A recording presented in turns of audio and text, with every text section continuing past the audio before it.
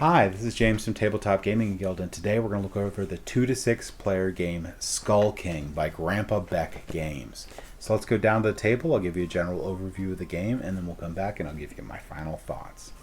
So we're going to go over a basic game of Skull King first, and then we'll go over the changes for advanced. But basically in the game you're going to have 4 different suits. So you're going to have your pirates, you're going to have your purple suit, you're going to have a green suit, and you're going to have your yellow suit. And these are going to number between 1 and 14.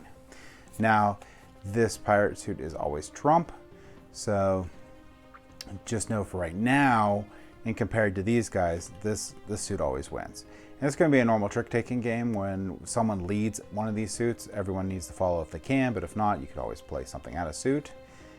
And I'll go over the unique twist on what you need to do for winning tricks. But before that, in the basic game, you also have pirates. You have the Skull King. You have the Tigress. And you have the escape cards. So we'll go over what each of these do. And the pirate cards will beat any of the other suits out there, and you'll get bonus points based on how many pirates were played during that round. Also, the first pirate played is the one that wins the trick, though. The next card is going to be the escape cards, and what's cool about the escape cards is the escape cards will guarantee you lose the round, which is nice. The Skull King is going to be the #1 trump card. It beats everything. And the Tigress can either be a pirate or an escape card, so that's where that one's unique. So what you're going to be doing in the basic game of Skull King is you're going to go over 10 rounds, and whatever round number it is, you're going to deal that number of cards out. So in the first round, you're just going to deal 1 card out to each player. They're going to take a look at this card, and you're going to say yo ho ho 3 times, and you're going to put out your bid. And what your bid's going to be is how many tricks you believe you're going to win that round. Now, it's important to note that the person that leads the trick in the first time is random, but after that it's going to be the one that won the previous.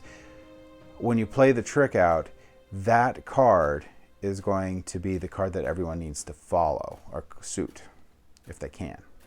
So you're going to take that into account when you do your bid, trying to make your bid, and this is going to increase. So in round 2 you're going to have 2 cards, in round 3 you're going to have 3 cards, and so on and so forth until you get to the 10th round.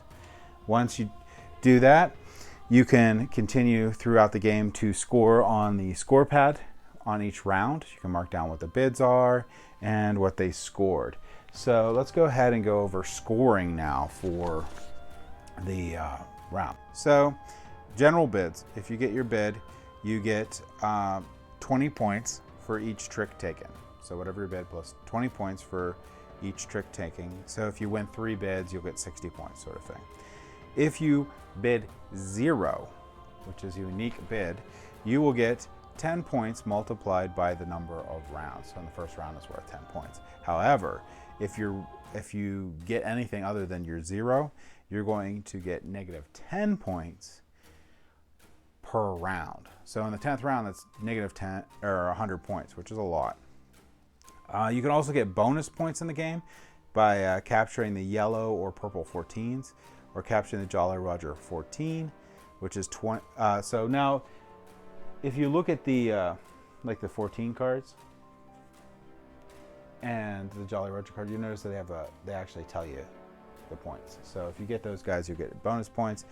The Black Jolly Roger is worth 14, which is this is the Jolly Roger sort of suit. So if I had the 14, it'd be worth 20 points. And 30 points per pirate captured by the Skull King, which again is the super trump card in the game.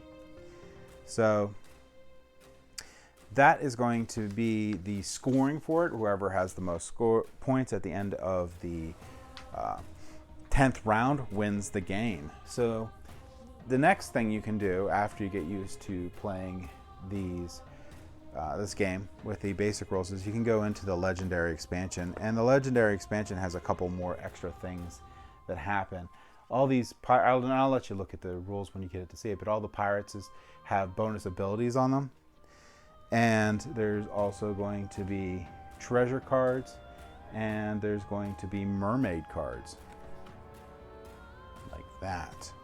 So the 2 mermaid cards are unique because they're the only cards that are not good enough to capture the Skull King. So when these are in play, if you have the Skull King, you have to watch out for these mermaids. It's here also will beat any numbered suit.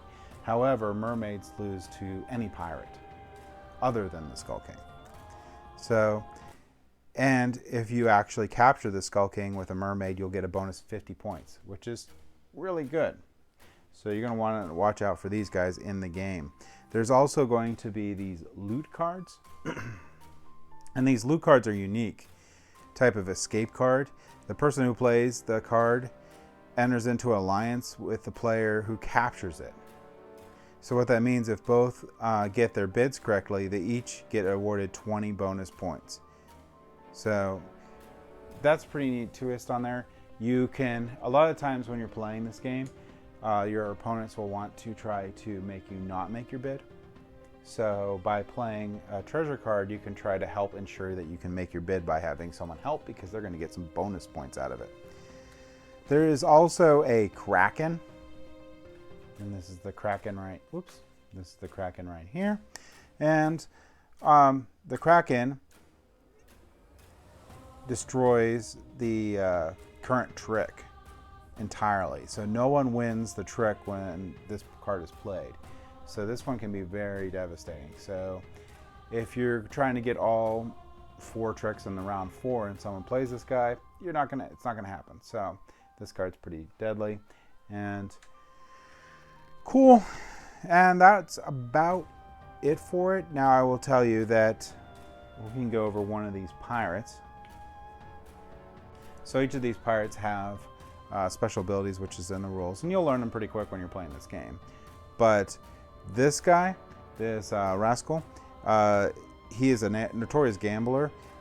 His power permits you to wager 10 or 20 points if you like. Get your bid right and you'll win the amount as bonus. However, if you get it wrong, you lose that many points. So this one helps you squeak in a couple extra points during a round, which is nice. But all of them do different things. But that's just basically the gist of the advanced rule set, or the legendary rule set. Let's go back up to the table here and I'll give you my final thoughts on Skull King. So yes, Skull King is my favorite trick-taking game of all time. It is my number 1. This game is amazing. It's similar to Wizards or Oh Heck, except for a better version of it. So if you're looking for a trick-taking game that is a lot of fun to play, that is very easy to teach, and so it can be taught to friends and family and people that aren't necessarily gamers, this game is your game. This game is amazing. Now, the one thing I would say is if you're going to get people into playing the game and they haven't played trick-taking games, or they haven't played Wizard or Oh Heck, then you're going to want to play the regular rules first. You're going to get that in a couple times. You want to get it in until they actually start doing really well with the game and understanding when they need to, or how many tricks they need to say they're going to take. And after that, and once they're comfortable with that, then you can go into the legendary rules. So that gives this game a ton of replayability and a ton of strategy, even in the base game and in the advanced game. So I highly, highly recommend Skull King by Grandpa Beck Games. Thank you for watching.